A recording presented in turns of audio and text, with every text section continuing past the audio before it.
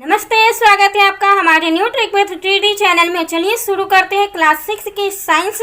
तो आज हम इसके पहले जो हमने पार्ट 1 में पढ़ा है, आज हम उसी की आगे बात करने वाले हैं। तो अगर आपको ये वीडियो पसंद आए तो प्लीज़ हमारी वीडियो को लाइक करें और अपने दोस्तों के साथ में इस वीडियो को ज़्यादा से ज़्यादा शेयर करें। तो शुरू करते हैं क्लास 6 की साइंस। इसमें पहला पॉइंट हमारा निकल के आता है कि रेशमी तंतु रेशमी कीट कोकून से खींचा जाता है। तो जो रेशम कीट होता है ये कहाँ से रेशम खींचता है? ये खींचता है इस कोकून से। तो रेशमी तंतु रेशम कहाँ से निकालता है? वो निकालता है कोकून से। नेक्स्ट है हमारा ऐसे रासायनिक पदार्थों जिनका स्रोत पादप अथवा जंतु नहीं है से तंतुओं का निर्माण किया जा रहा है, जिन्हें संश्लिष्ट तंतु कहते हैं।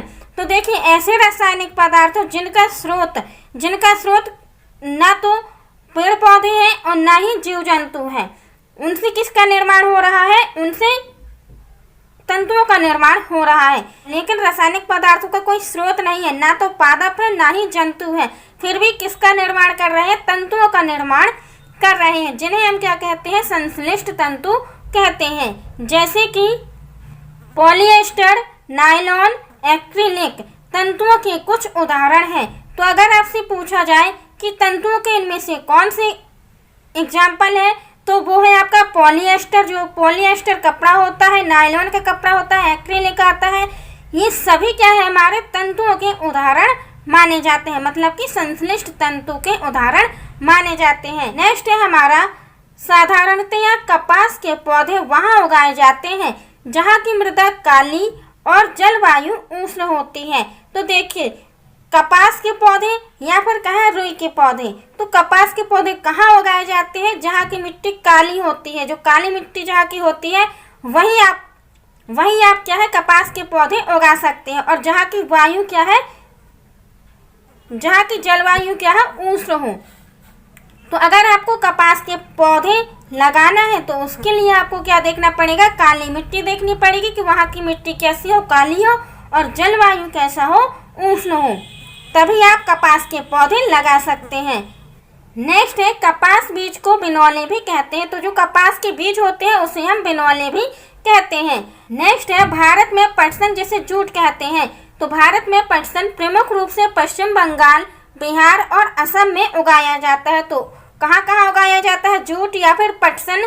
तो ये उगाया जाता है पश्चिम बंगाल में, बिहार में और असम में। 3 जगह आपका पटसन यानी जूट उगाया जाता है। कहाँ? भारत में। हम केवल भारत की बात कर रहे हैं। तो भारत में 3 जगह उगाया जाता है, पश्चिम बंगाल, बिहार और असम। नेक्स्ट है रेशों से ताग, जिसे हम धागा भी कहते हैं। तो रेशों से धागा बनाने की प्रक्रिया को कताई कहते हैं। तो देखिए, इस इमेज में क्या है? ये व्यक्ति क्या कर रहा है? रुई से धागा बना रहा है। इस प्रोसेस को ही हम कहते हैं क्या?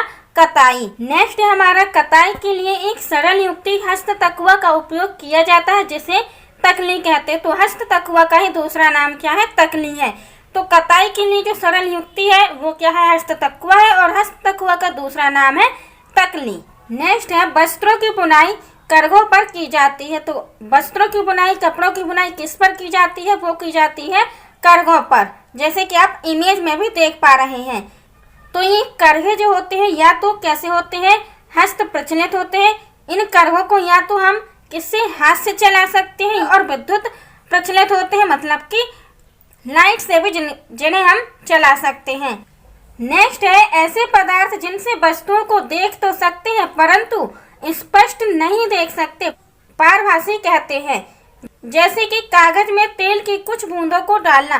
तो आप इस वाली इमेज में देख पा रहे हैं कि इस इमेज में क्या है? पहले कागज में कुछ तेल की बूंदा डाली है, जिसके कारण ये कागज कैसा बन गया है? पारभासी बन गया है। मतलब कि पारभासी का मतलब होता है जिसके उस पार हम केवल आभास कर सके, केवल क्या है?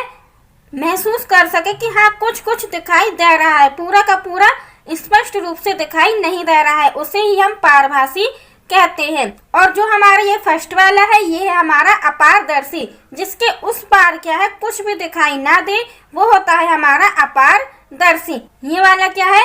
पारदर्शी है। पारदर्शी का मतलब होता है जिसके पार, जिसके उस पार हम देख सकें, जिसके उस पार हम देख सके, तो वो होता है हमारा पारदर्शी।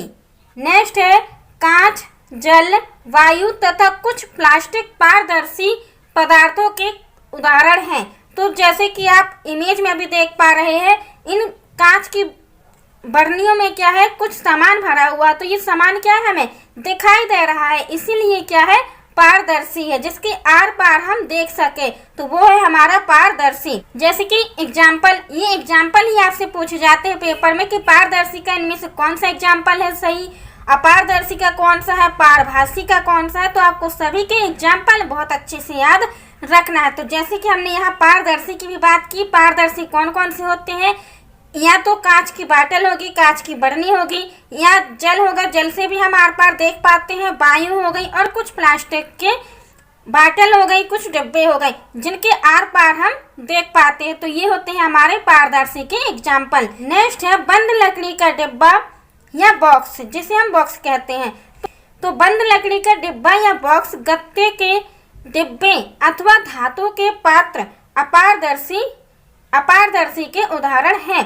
तो जो बंद लकड़ी होती है, जो आपके लकड़ी के डिब्बे होते हैं, वो क्या है, ना तो आप उसके इस पार देख पाते हो ना उस पार देख पाते हो, तो इसलिए ये लकड़ी का डिब्बा क्या है, लकड़ी का बॉक्स किसका उदाहरण माना जाता है, किसका एग्जाम्पल माना जाता है, तो वो माना जाता है आपका अपारदर्शी का। नेक्स्ट क्या है, गत्ते के डिब्बे। अब आपने जो कागज के डिब्बे देखे होंगे, तो कार्टून जिसे हम कहते हैं, तो कार्टून के आप ना तो इस पार देख पाते हैं और ना ही उस पार देख पाते हैं। इसी प्रकार है धातु के पात्र। अब जब आप किसी धातु के पात्र से, जैसे कि हम यहाँ थाली ही ले लें, खाने की जो थाली होती है या फिर प्लेट होती है, जब आप उससे देखेंगे तो आपको उस पार का कुछ भी दिखाई नहीं देगा। तो यही होता है आपका क्या, अपारदर्शी। तो अपारदर्शी के भी आपको एग्जाम्पल याद रखना है, जैसे कि लकड़ी का डिब्बा हो गया, गत्ते के डिब्बे हो गए, और धातु के पात्र हो गए। नेक्स्ट है डंडियों से अन्य कणों अथवा अनाज को पृथक करने के प्रक्रम को थ्रेसिंग कहते हैं। तो जब हम डंडियों से अन्य कणों को, मतलब कि जो अनाज होता है हमारा, उससे जब हम डंडियों से अलग करते हैं, पृथक करते हैं, मतलब कि अलग करते हैं, तो उस प्रोसेस को क्या कहते हैं, उस प्रोसेस को कहते हैं हम थ्रेसिंग।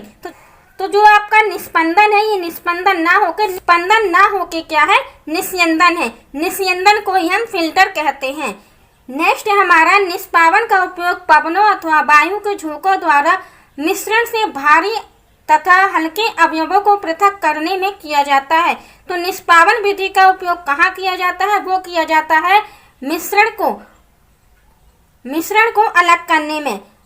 मिश्रण से भारी तथा हल्के अवयवों, जो आपके हल्के कण होते हैं या फिर भारी कण होते हैं, उनको अलग करने के लिए निष्पावन विधि का उपयोग किया जाता है। तो निष्पावन विधि क्या होती है, हम इस इमेज के द्वारा समझने की कोशिश करते हैं। तो देखिए इस इमेज में क्या है, एक लेडीज खड़ी है स्टूल के ऊपर और हवा की दिशा में इस सूपे में अनाज लेके खड़ी है। सूपे में क्या है, अनाज लेके खड़ी हुई है, और ये क्या है, भूसा उड़ रहा है, लेकिन हवा की दिशा क्या है, इस साइड है, इसलिए ये अनाज क्या है, इसी साइड, इसीलिए ये भूसा क्या है, इस साइड उड़ रहा है, इस साइड ये भूसा उड़ रहा है, और नीचे क्या है, अनाज इकट्ठा होता जा रहा है। तो ये होती है आपकी निष्पावन विधि। इसमें आपको केवल एक सूपे की जरूरत होती है और हवा की जरूरत होती है। तो आप एक सूपे में अनाज लीजिए और खड़े होकर उसी हवा की दिशा में ही आप क्या है, हवा की दिशा में ही अनाज को हिलाते जाइए। तो जब आप इस तरीके से अनाज को हिलाएंगे तो क्या है, भूसा अलग होता जाएगा और अनाज के जो दाने हैं वो नीचे इकट्ठे होते जाएंगे। तो यही होता है आपका निष्पावन विधि, यही होता है आपका निष्पावन। नेक्स्ट है हमारा अवसादन। तो इससे आपको बहुत अच्छे से याद रखना है कि अवसादन होता क्या है। तो अवसादन क्या होता है, तो अवसादन वह है जिसमें एक गिलास में गिलास कैसा होना चाहिए, कांच का होना चाहिए। तो अवसादन क्या है, अवसादन वह है जिसमें एक गिलास में पानी और मिट्टी मिलाकर रखा जाता है। तो मिट्टी क्या होती है, नीचे तली में बैठ जाती है, अर्थात मिट्टी नीचे हो जाती है और पानी, जो साफ पानी है, वो ऊपर आ जाता है। इसे ही हम कहते हैं अवसादन। तो आप इमेज में भी देख रहे हैं कि जो ये वाला है, ये क्या है आपका अवसादन है। इसमें देखिए क्या है, ये कांच का गिलास लिया हमने सबसे पहले इसमें, और इसमें क्या मिलाई है, मिट्टी और पानी को मिलाया है। तो क्या होता है कि मिट्टी क्या है नीचे जम जाती है और साफ पानी क्या है ऊपर आ जाता है। तो यही होता है आपका अवसादन। नेक्स्ट है हमारा निस्तारण। तो निस्तारण क्या होता है, इसमें दो मिश्रण को अलग अलग किया जाता है। जैसे मिट्टी भरे पानी को दूसरे गिलास में डाल देना और मिट्टी उसी पहले वाले गिलास में रह जाती है। तो हम यहाँ उसी वापस वाले डायग्राम में जाते हैं। तो जो आपका ये वाला डायग्राम है, ये क्या है आपका, ये आपका निस्तारण का एग्जाम्पल है। तो देखिए इसमें क्या है, वही जो हमने पहले वाला गिलास लिया था उसमें पानी क्या है, साफ पानी ऊपर आ गया था। तो इसमें हमने क्या किया, इस प्रोसेस में जब अवसादन हो जाता है, अवसादन के बाद ही निस्तारण होता है, ये भी आपको याद रखना है। तो जब हमने अवसादन कर लिया है तो अब इसके बाद हम क्या करते हैं, निस्तारण करते हैं। मतलब कि इसका जो छना हुआ पानी है, ऊपर का पानी है, साफ वाला पानी है, उस साफ पानी को हम दूसरे गिलास में डाल रहे हैं। तो यही होता है आपका क्या, निस्तारण। निस्पंदन, नेक्स्ट हमारा है निस्पंदन। तो मिट्टी भरे पानी को फिल्टर पेपर से छानना ही क्या कहलाता है, हमारा निस्पंदन। निस्पंदन या निस्यंदन कहलाता है। निस्पंदन नहीं है, निस्यंदन है। तो निस्यंदन क्या कहलाता है, मिट्टी भरे पानी को फिल्टर पेपर से छानना। तो इस इमेज में क्या हो रहा है कि इस कौन के द्वारा, इस फिल्टर पेपर के द्वारा, ये है हमारा फिल्टर पेपर। तो ये फिल्टर पेपर क्या करेगा, इस मिट्टी को छानेगा, जो भी मिट्टी होगी पानी में। तो अगर आपको मिट्टी छाननी है, पानी की अगर आपको मिट्टी छाननी है या फिर कोई कचरा जो है अगर उसे अलग करना है, तो उसके लिए आप क्या है, फिल्टर पेपर का यूज कर सकते हैं। तो जब आप धूल मिट्टी को पानी से अलग करते हैं, किसके माध्यम से, फिल्टर के माध्यम से, तो वो होता है आपका निस्पंदन, जैसे कि आप इमेज में अभी यहाँ देख पा रहे हैं। नेक्स्ट है वाष्पीकरण। वाष्पीकरण क्या होता है कि जली हुई मोमबत्ती के ऊपर एक बर्तन में साफ पानी रख देते हैं, जिससे वह हल्का गर्म हो जाता है और उसके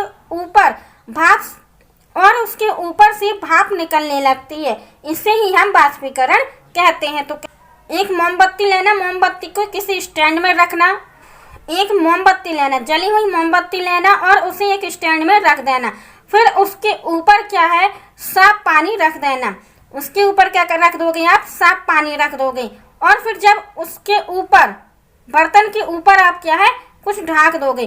तो देखो आप कुछ देर के बाद देखोगे कि उसमें क्या है, भाप बन रही है। उसी भाप को हम कहते हैं क्या, वाष्पीकरण। उसी भाप को हम वाष्पीकरण कहते हैं। लेकिन इस प्रोसेस में आपको याद रखना है कि बर्तन क्या है, ज़्यादा गर्म ना हो।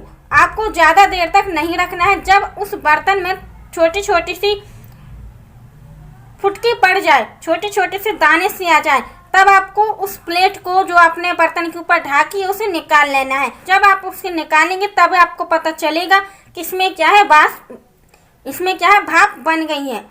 तो वही होता है हमारा वाष्पीकरण। नेक्स्ट है हमारा तरल रूप में जल वाष्प के रूपांतरण को संक्षेपण कहते हैं। हमारा संतृप्त घोल वह होता है जिसमें पदार्थ का कोई पदार्थ विघटित नहीं किया जा सकता, जैसे पानी और तेल का घोल।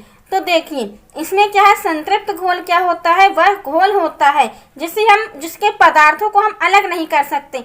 तो क्या आप पानी और तेल को अलग कर सकते हो, नहीं कर सकते हो ना। तो यही होता है आपका संतृप्त घोल, कि जब आप पानी और तेल को मिक्स कर दोगे तो वही घोल क्या कहलाता है, आपका संतृप्त घोल कहलाता है। नेक्स्ट है हमारा उत्क्रमित। उत्क्रमित क्या होता है, तो ऐसे परिवर्तन जिसको पुनः अपनी पूर्व अवस्था में लाया जा सकता है, उत्क्रमित होने वाले परिवर्तन कहलाते हैं। जैसे कि मिट्टी के बर्तन बनाना, आटे की रोटी बनाना। तो आप क्या है, मिट्टी के बर्तन एक बार बना लेते हैं, लेकिन अगर वो खराब बन जाए तो आप उस मिट्टी से वापस से फिर से बर्तन बना पाते हैं। तो ये होता है आपका उत्क्रमित, जिसे आप उसकी पूर्व अवस्था में ला सकते हैं, पहले वाली अवस्था में ला सकते हैं। नेक्स्ट जो है हमारा एग्जाम्पल, आटे की रोटी। अब आप आटे से रोटी तो बनाते हैं, लेकिन अगर खराब रोटी बन जाए तो आप क्या है, वापस से उसे आटा बना देते हैं और फिर से रोटी बनाते हैं। तो यही होता है आपका उत्क्रमित। नेक्स्ट है हमारा स्वपोषी में संचित भोजन या कार्बोहाइड्रेट स्टार्च होता है, जैसे कि पौधा। अब देखिए, भोजन आप खुद तो बनाते नहीं है, जब आपको भोजन मिलेगा ही नहीं, जब आपको क्या है अनाज मिलेगा ही नहीं, तो आप भोजन कहाँ से बना लेंगे। तो अनाज आपको कहाँ से मिलता है, ये मिलता है हमें पेड़ पौधों से, जैसे कि गेहूं हो गए, चावल हो गए, दाल हो गई, ये सब कहाँ से मिलता है, ये सब हमें पौधे से मिलता है। तो पौधे क्या होते हैं, हमारे स्वपोषी होते हैं। तो स्वपोषी में जो भोजन संचित होता है, जो कार्बोहाइड्रेट, जो भोजन संचित होता है या फिर कार्बोहाइड्रेट होता है, वो किसके रूप में होता है, वो होता है स्टार्च के रूप में। तो जो पौधों में भोजन इकट्ठा होता है या फिर कार्बोहाइड्रेट होता है, तो उसमें वो किसके रूप में होता है, वो स्टार्च के रूप में होता है। नेक्स्ट है हमारा विषमपोषी जीव में संचित भोजन कार्बोहाइड्रेट ग्लाइकोजन होता है। तो विषमपोषी जीव जैसे कि अमरबेल हो गया, मानव, जू आदि, तो जो विषमपोषी जीव होते हैं उसमें भोजन किसके रूप में होता है, तो उसमें भोजन कार्बोहाइड्रेट ग्लाइकोजन के रूप में होता है। जबकि पौधों में किसके रूप में होता है भोजन, स्टार्च के रूप में होता है। लेकिन अमरबेल हो गई, मानव, जू आदि, इन सभी में जो भोजन होता है इकट्ठा, वो कार्बोहाइड्रेट ग्लाइकोजन के रूप में होता है। नेक्स्ट हमारा अमीबा एक कोश के जीव है जो कूटपाद की सहायता से भोजन को ग्रहण करता है। तो जो अमीबा होता है वो किसकी सहायता से भोजन को ग्रहण करता है, तो वो करता है कूटपाद की सहायता से। लेकिन आपको इससे भी ज़्यादा एक और याद रखना है, वो रखना है कि अमीबा कैसा है, एक कोश के जीव है, क्योंकि यही प्रश्न बहुत ज़्यादा बार पूछा जाता है कि अमीबा कैसा जीव है। तो अमीबा कैसा जीव माना जाता है, अमीबा एक कोश के जीव माना जाता है। इसके बाद आती है उसके भोजन ग्रहण करने की बात, कि वो भोजन ग्रहण कैसे करता है, भोजन को खाता कैसे है। तो वो खाता है कूटपाद की सहायता से। किसकी सहायता से, वो भोजन खाता है कूटपाद की सहायता से। नेक्स्ट है हमारा अपरिवर्तनीय और परिवर्तनीय। तो परिवर्तन कौन सी चीज़ें होती हैं और अपरिवर्तन कौन सी चीज़ें होती हैं, यहाँ पर वस्तु होती हैं। तो हम उसी की बात करने वाले हैं। तो जैसे कि एक बार बालक बड़ा हो जाए, जैसे कि एक बार बालक क्या है, बड़ा हो गया है, तो अब वापस से तो वो छोटा हो नहीं सकता, क्योंकि उसकी लंबाई तो बढ़ गई है। अब आप उसे छोटा तो कर नहीं सकते हो। तो जब बालक एक बार बड़ा हो गया और आप उससे छोटा नहीं कर पाए, तो वो कौन सा एग्जाम्पल माना जाएगा, वो माना जाएगा आपका अपरिवर्तनीय एग्जाम्पल। वो माना जाएगा किसका उदाहरण, वो माना जाएगा आपका अपरिवर्तनीय का उदाहरण। नेक्स्ट जो है हमारा, यदि एक कागज को फाड़ दिया जाए तो वापस से वह पहले जैसा नहीं बन सकता। तो एकदम सही कहा है कि अगर आप कागज को फाड़ते हैं तो आप वापस से उसकी उसी अवस्था में नहीं ला सकते जैसा वो पहले था कागज। तो ये भी क्या है, हमारा अपरिवर्तन का उदाहरण है।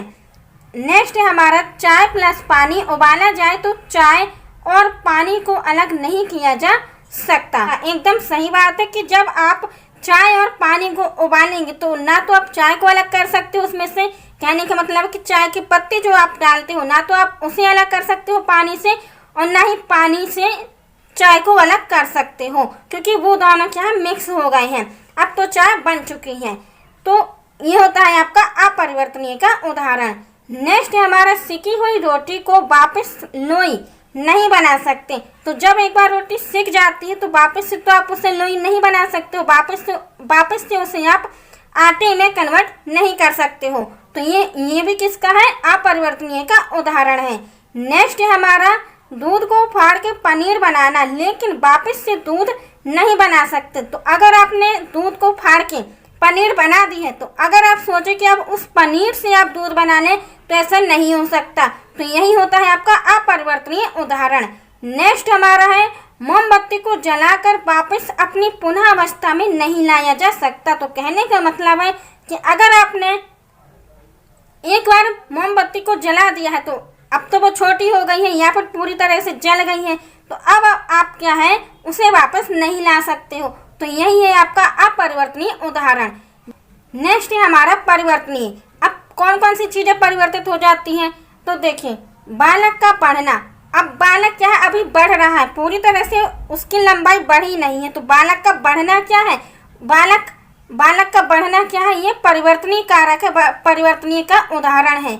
नेक्स्ट है गुब्बारे का फूलना और वापस उसी आकार में आ जाना। तो जब आप एक बार गुब्बारे को फुला देते हो तो वापस से आप उसे छोटा भी कर सकते हो, वापस से आप उसके आकार में ला सकते हो। तो ये होता है आपका परिवर्तनीय। नेक्स्ट है हमारा नमक और पानी को किसी न किसी विधि से अलग किया जा सकता है। तो जब आप नमक और पानी को किसी न किसी विधि से अलग कर लेंगे तो वो होगा आपका परिवर्तनीय का उदाहरण। नेक्स्ट है आटे से रोटी बनाना और फिर वापस से आटा बनाना। तो अगर आप एक बार आटे से रोटी बना देते हैं तो क्या है, वापस से आप उसे आटे में भी कन्वर्ट कर सकते हैं। कहने का मतलब है कि अभी आपकी रोटी सीखी नहीं है, केवल रोटी बनी है, रोटी आपने बेल के रखी है, तो आप उसे वापस से उसकी लोई बना सकते हैं। तो यही होता है आपका परिवर्तनीय उदाहरण। नेक्स्ट है लाइट को चालू करना और बंद करना। तो अगर आपने एक बार लाइट को चालू कर दिया तो आप वापस से उसे बंद भी कर सकते हैं, और अगर आपने बंद कर दिया है तो वापस से आप उसे चालू भी कर सकते हैं। तो ये भी क्या है, आपका परिवर्तनीय है। नेक्स्ट है दिए की मोम को जलाकर वापस अपनी अवस्था में आ जाती है। तो जो दिया होता है, अगर दिए की मोम को जला दिया जाए तो वापस से आप उसे उसकी पुनः अवस्था में ला सकते हैं। तो ये होता है आपका परिवर्तनीय उदाहरण। तो इस पूरे का सारांश है कि जो परिवर्तनीय होता है, परिवर्तनीय क्या होता है, तो परिवर्तनीय होता है कि जो चीज़ें परिवर्तित हो जाती हैं वो आपका परिवर्तनीय में आएगा। जिन चीज़ों में परिवर्तन लाया जा सकता है, जिन चीज़ों में परिवर्तन हो जाता है वो होता है आपका परिवर्तनीय, और जिन चीज़ों में आप बदलाव नहीं कर सकते, जिन चीज़ों को आप बदल नहीं सकते, तो वो होता है आपका अपरिवर्तनीय। नेक्स्ट है हमारा पत्ती का वह भाग जिसके द्वारा वह तने से जुड़ी होती है पर्णवृत्त कहलाती है। तो देखिए जो आपका ये वाला भाग है ये है आपका पर्णवृत्त कहलाता है। ये किससे जुड़ी है, ये अपने तने से जुड़ी हुई है।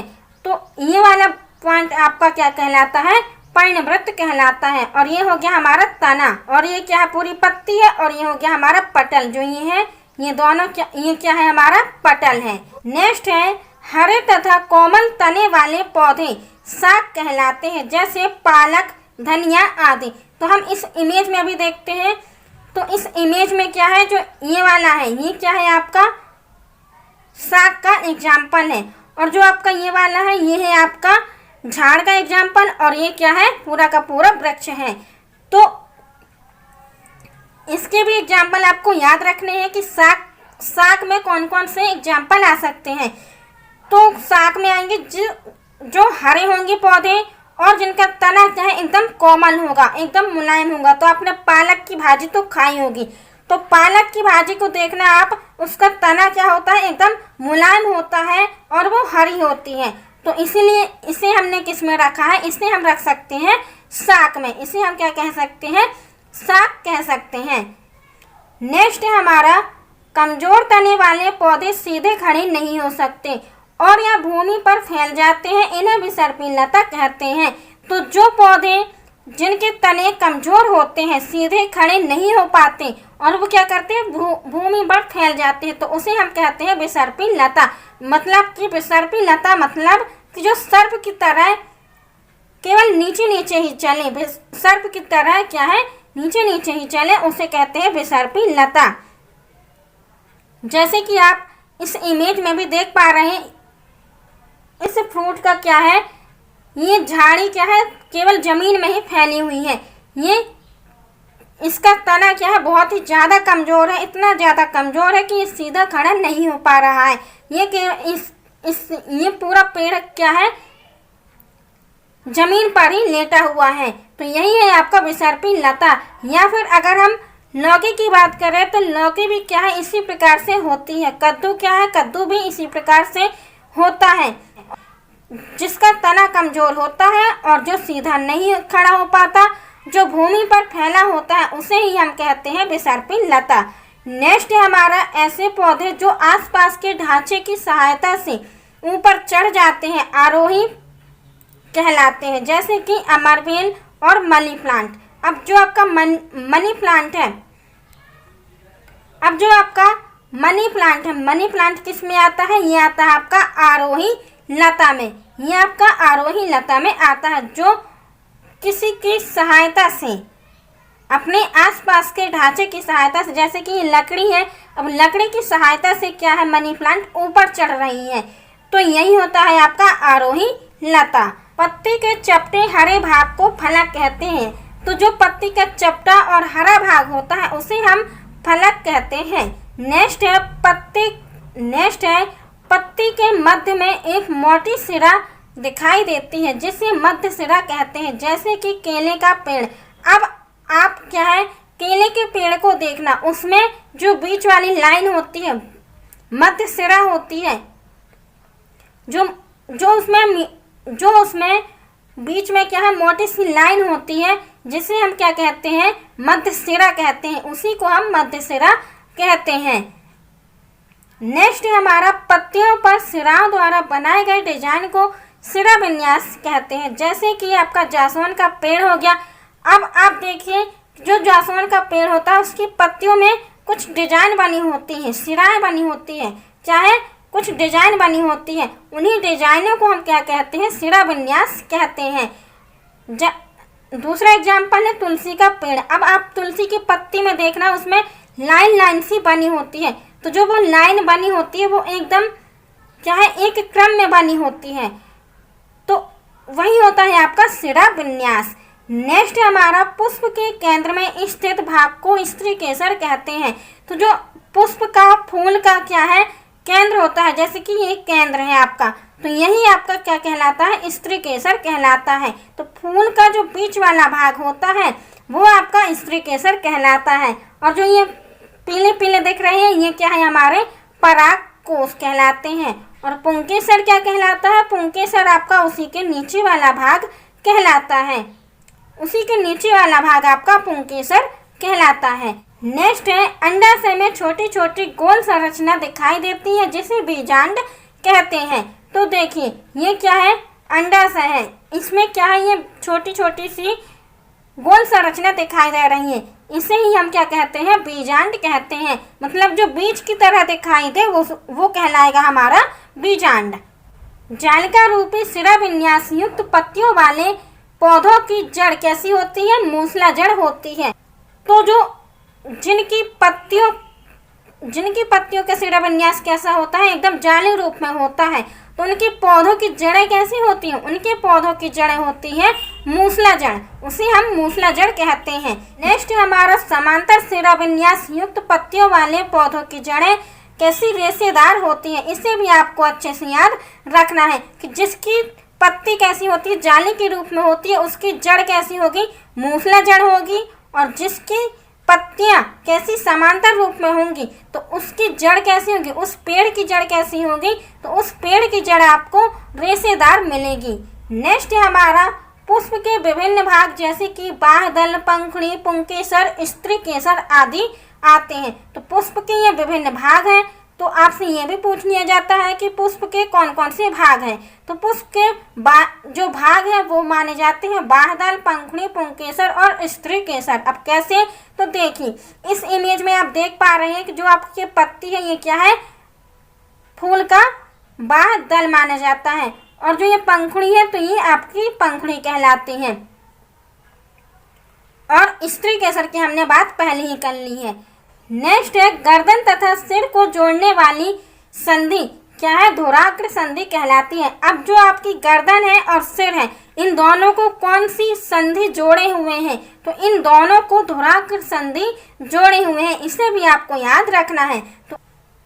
तो अगर आपको हमारी ये वीडियो पसंद आई तो प्लीज़ हमारी वीडियो को लाइक करें, अपने दोस्तों के साथ में इस वीडियो को ज़्यादा से ज़्यादा शेयर करें, और हाँ कमेंट बॉक्स में हमें अपनी राय जरूर दें कि ये वीडियो आपको कैसी लगी है। और अगर अभी तक आपने हमारे चैनल को सब्सक्राइब ना किया हो तो प्लीज़ हमारे चैनल को सब्सक्राइब कर लें और बेल आइकन को जरूर प्रेस करें, जिससे आप हमारी वीडियो की समय समय पर नोटिफिकेशन पाते रहें। तो धन्यवाद, स्वस्थ रहें, मस्त रहें और अपनी फैमिली को भी स्वस्थ रखें। मिलते हैं नेक्स्ट वीडियो में, तब तक के लिए धन्यवाद।